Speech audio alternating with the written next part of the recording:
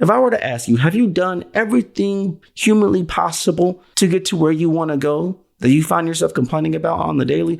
You may not tell me no to my face, but most of you have not done literally everything in your power to get to where you want to go. You've missed certain opportunities. You didn't follow up. You didn't maximize your time. You wasn't as efficient. Your results wasn't as effective. You were too focused on tactical and doing that you didn't spend enough time researching and strategizing to make sure everything that you're doing is more optimal.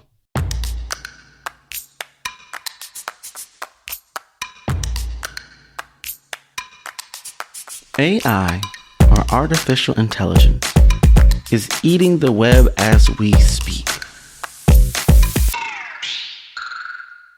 And what that means for business leaders is this: the time to embrace AI technology is now.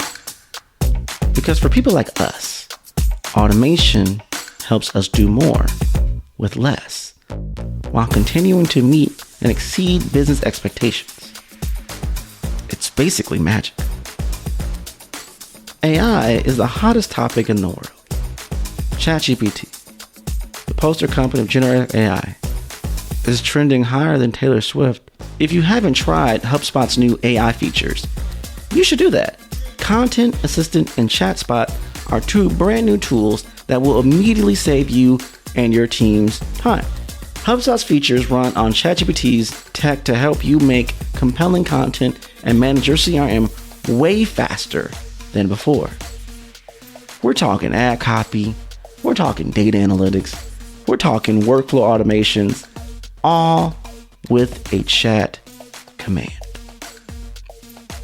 So listen here, it's time to work smarter, not harder, and head to HubSpot.com/artificial-intelligence to learn more about using AI to streamline your marketing, to streamline your sales and customer service operations.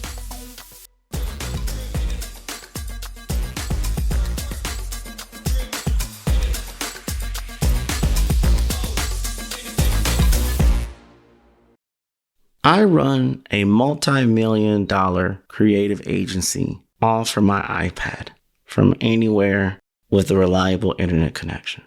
Not to mention, I run my own growth strategy consultancy, Strategy Hackers. I'm managing an award-winning podcast. This one, I digress. I'm on the international public speaking circuit, and also I host MC at various events, while I also sit on an advisory board. I give back to business and diverse communities. I'm navigating a lot of different things in my life personally and professionally, and I'm always trying to look at early adoption of new technology, new platforms, and shifts in industry. My plate is full, but I like it that way.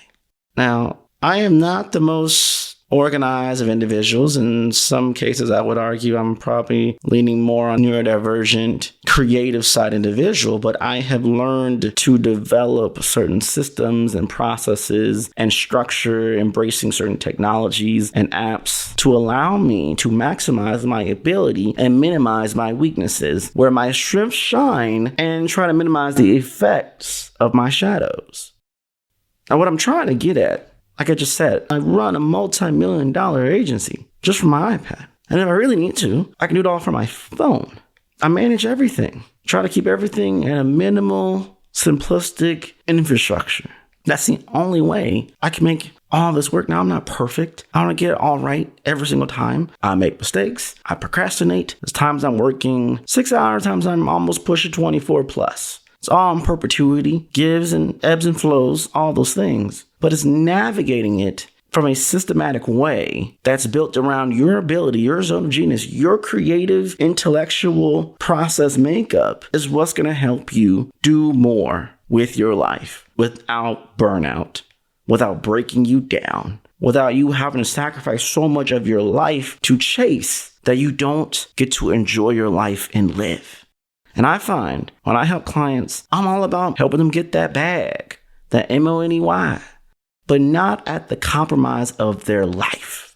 So when people call me, yo, I need the strategy hacker, I'm coming from a place of love and empathy and grace. We're going to get you this money, but in a sustainable way that you can repeat, that you can do, that keeps you in flow with the rest of your life and doesn't impede on all those things just to chase a number.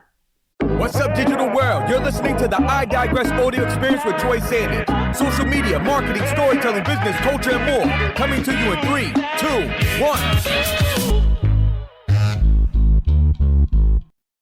When you're navigating a multitude of things, you need to have the right infrastructure and productivity to get it done. In most cases, I worked directly with the CEO. In most cases, I was either at the highest level of leadership or mid-level leadership. I was responsible for a team, brought in to get a certain type of results. And one thing, no matter where I worked, they would always say, Troy would always find a way to get it done. And I believe President Barack Obama said that too, that there's so much value in people. They may not be the smartest, they may not have the most degrees, but there's certain individuals you just know you can depend on to get things done.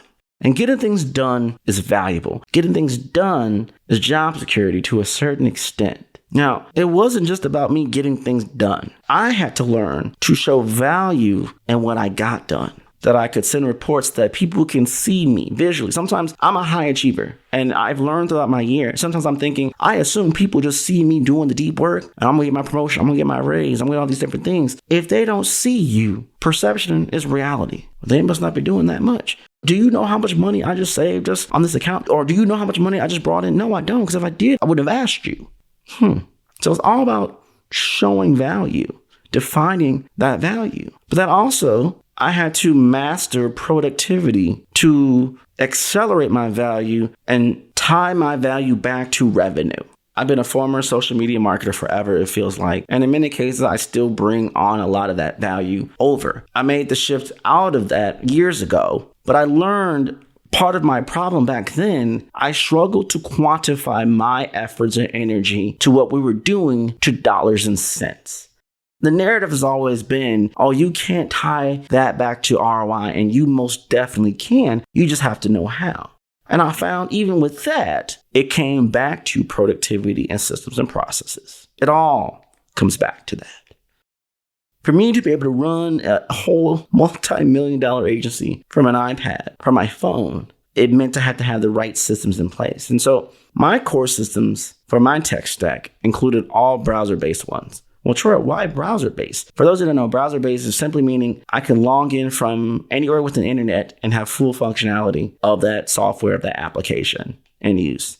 It's not something I need to have stationarily downloaded on a particular computer. I can literally log in and have full access to do what I need to do wherever I am in the world at any point in time, as long as I have an internet connection. Also, that allows me to not be as bloated and doesn't take as much memory because it's all browser-based. So for me, simplifying it down, simple list here: Google Workspace, Notion, Slack, Zoom, Scribe, Calendly, HubSpot, LinkedIn, ChatGPT, LastPass, Agorapulse, and since I am currently now a MacBook user, iPhone user, text voice messages as well. That's it.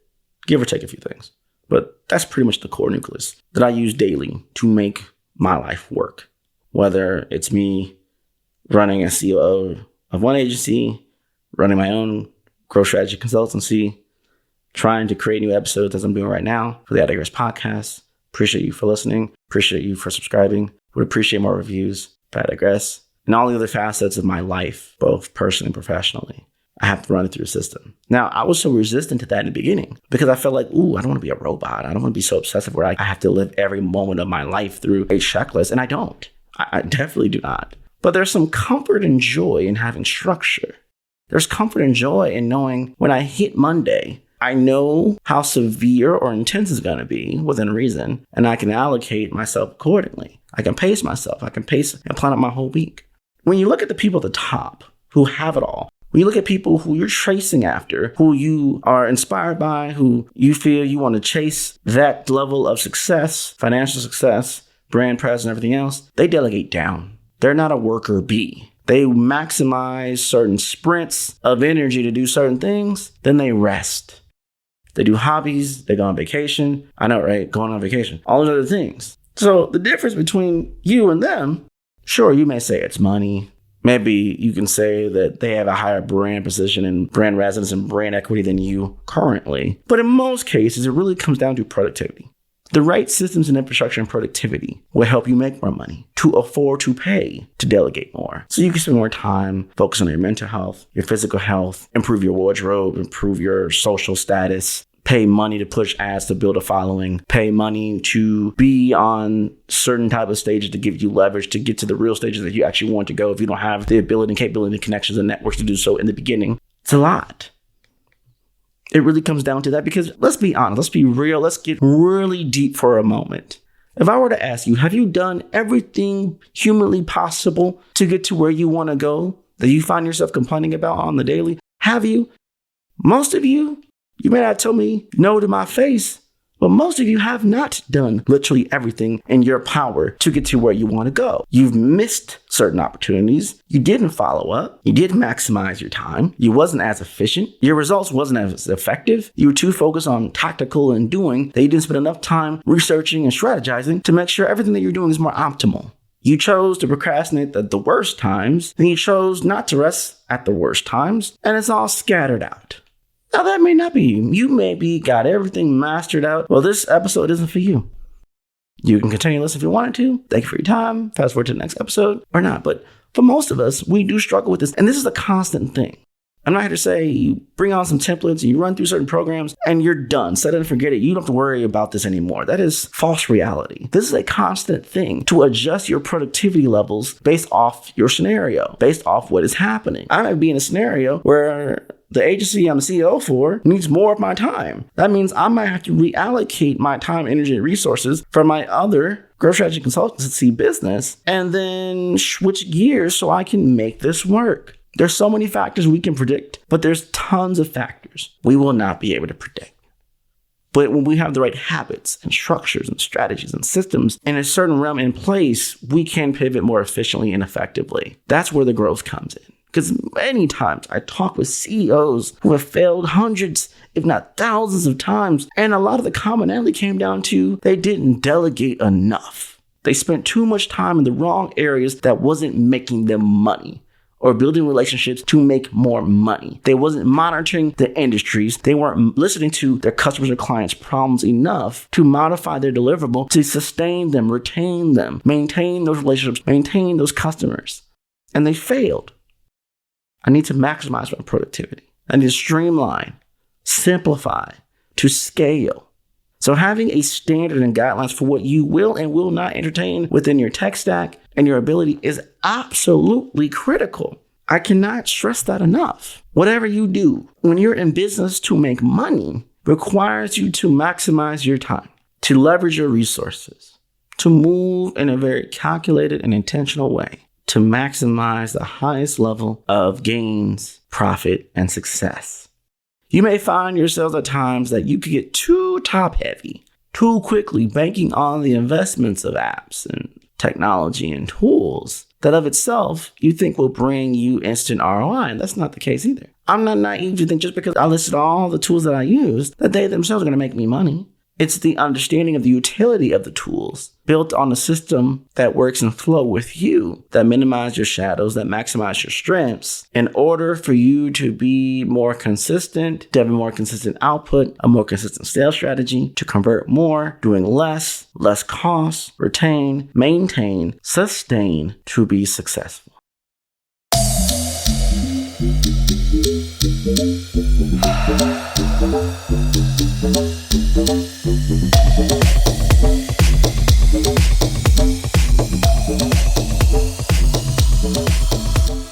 My First Million, hosted by Sam Parr and Sean Purry, is brought to you by the HubSpot Podcast Network, the audio destination for business professionals. My First Million features famous guests sharing their secrets for how they made their first million and how to apply their learnings to capitalize on today's business trends and opportunities. Whether you're an inspiring business mogul, a startup enthusiast, a rising marketer, or simply hungry for inspiration, this podcast has it all. Get ready for captivating stories, practical advice, business tips, and insider insights that can turn your dreams into reality in business. Listen to My First Million wherever you get your podcasts.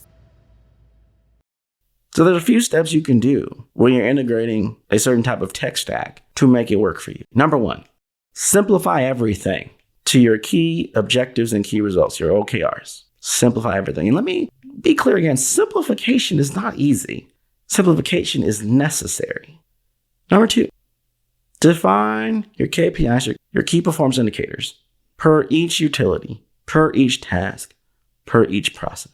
I'm doing a certain task. How do I know if that task that I'm doing is being done right and is doing its job in the greater good of the overall sprint to achieve a certain goal and outcome within my OKRs? Define a KPI will do that for you. How long should it take? What should the end result be? What part does it play in the bigger picture?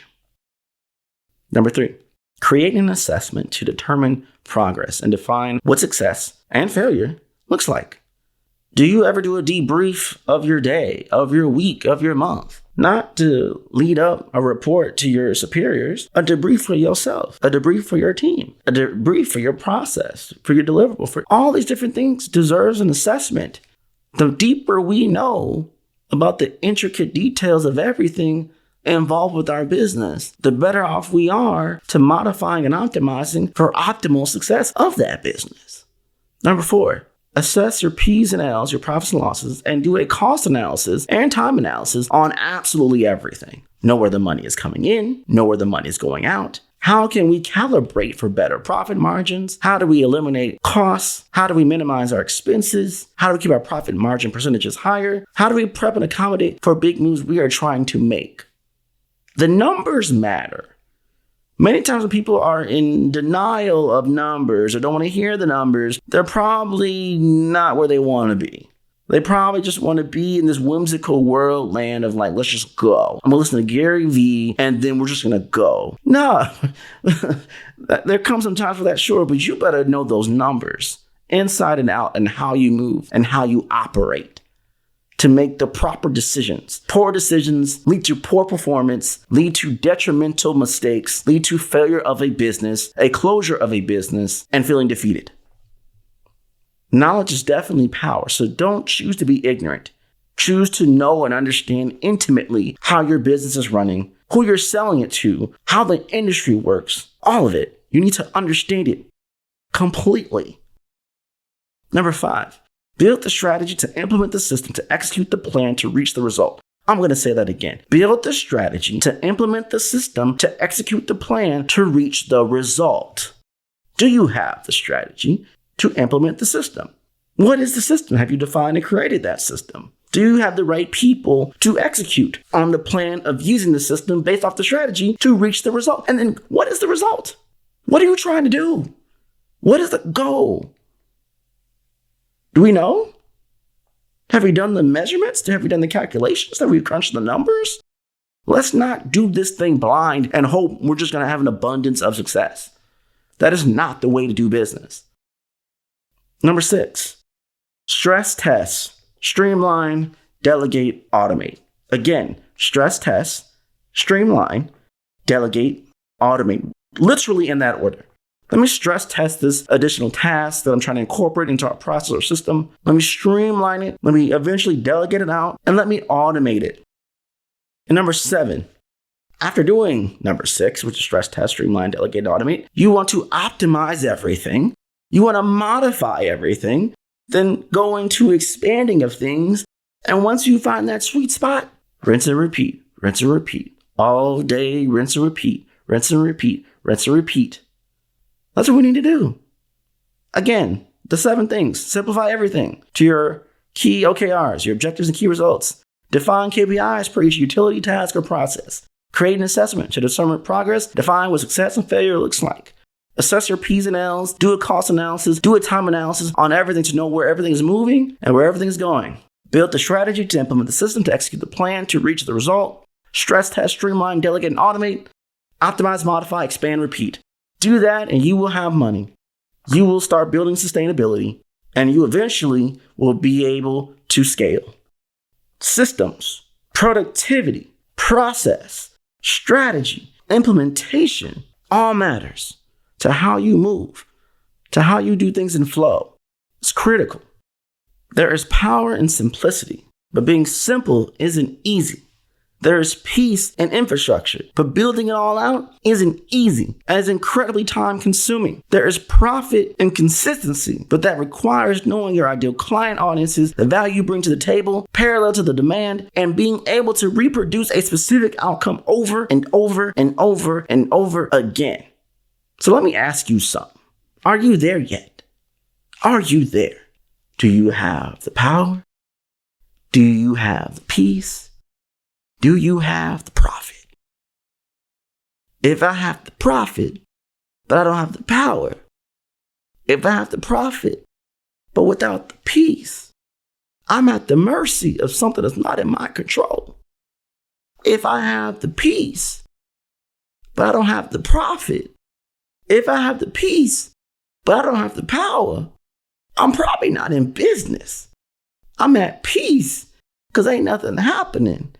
No risk averted because ain't no risk gained because I ain't doing nothing. If I have power but not peace, if I have power and not profit, I question what power do I actually have? You need all three: power, peace, profit.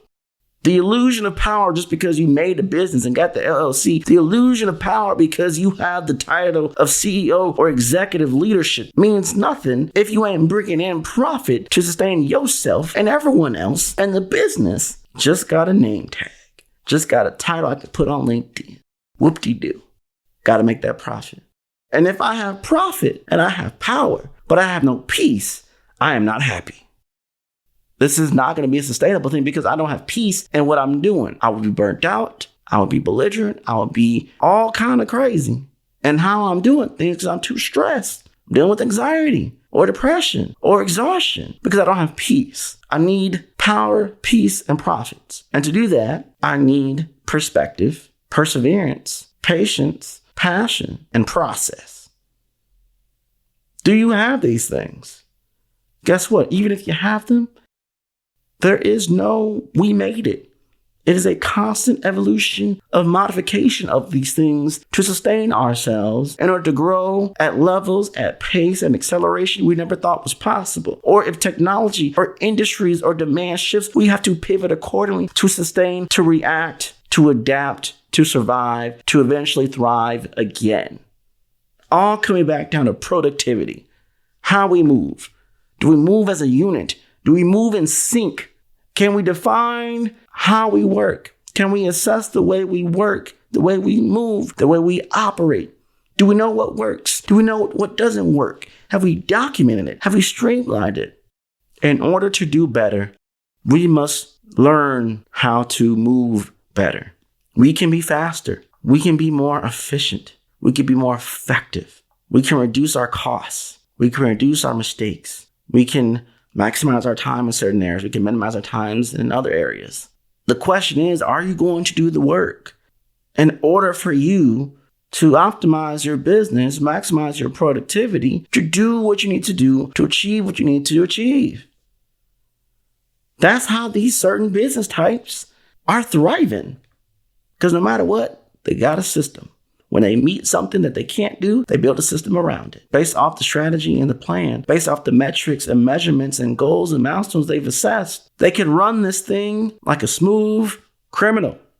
They can run this thing like a machine that allows you to work and master and grow and go, but still have empathy, still keeps you in flow. I want the system and the process and the productivity and the tactics and the strategy and the plan and the operations to revolve around you and how you want this to go, and not be so reactive to what is happening, but more proactive to get to a certain place. This is how we want to work. This is how we want to feel while we work. This is the pace. I don't want to feel like I'm on 10 24/7. There may be sprints or seasons of that to get to a certain resolve, but then I need seasons of rest and rejuvenation and relaxation. How are you managing your time? How are you managing your processes? How are you defining success? There's so many levels to this thing, and I just want you to know. A lot of that comes down to the foundation of your tech stack, the frameworks, the strategies, the plan, how you define success, how you navigate through business, how you operate. And I dare, if you look under the hood, you're going to find ways to improve. You're going to find bottlenecks and walls that you need to explore and demolition. And you're going to realize we can be more efficient and not waste as much time and resources to help us with our bottom line in the hopes of getting this all together at a higher level so we can launch even faster, accelerate further, and become more successful long-term in a more sustainable, optimal way. And if what I'm sharing with you makes you feel uncomfortable and you don't know what to do and you don't know where to go, you can call a strategy hacker. What I'm giving you is free game. But if you pay me, I can make a custom game plan for you to succeed. This is my challenge to you. I encourage you to do the deep work, to not run away from it, but run towards it. Figure it out. Build a system, build a plan, and go get it. Go get that MONEY.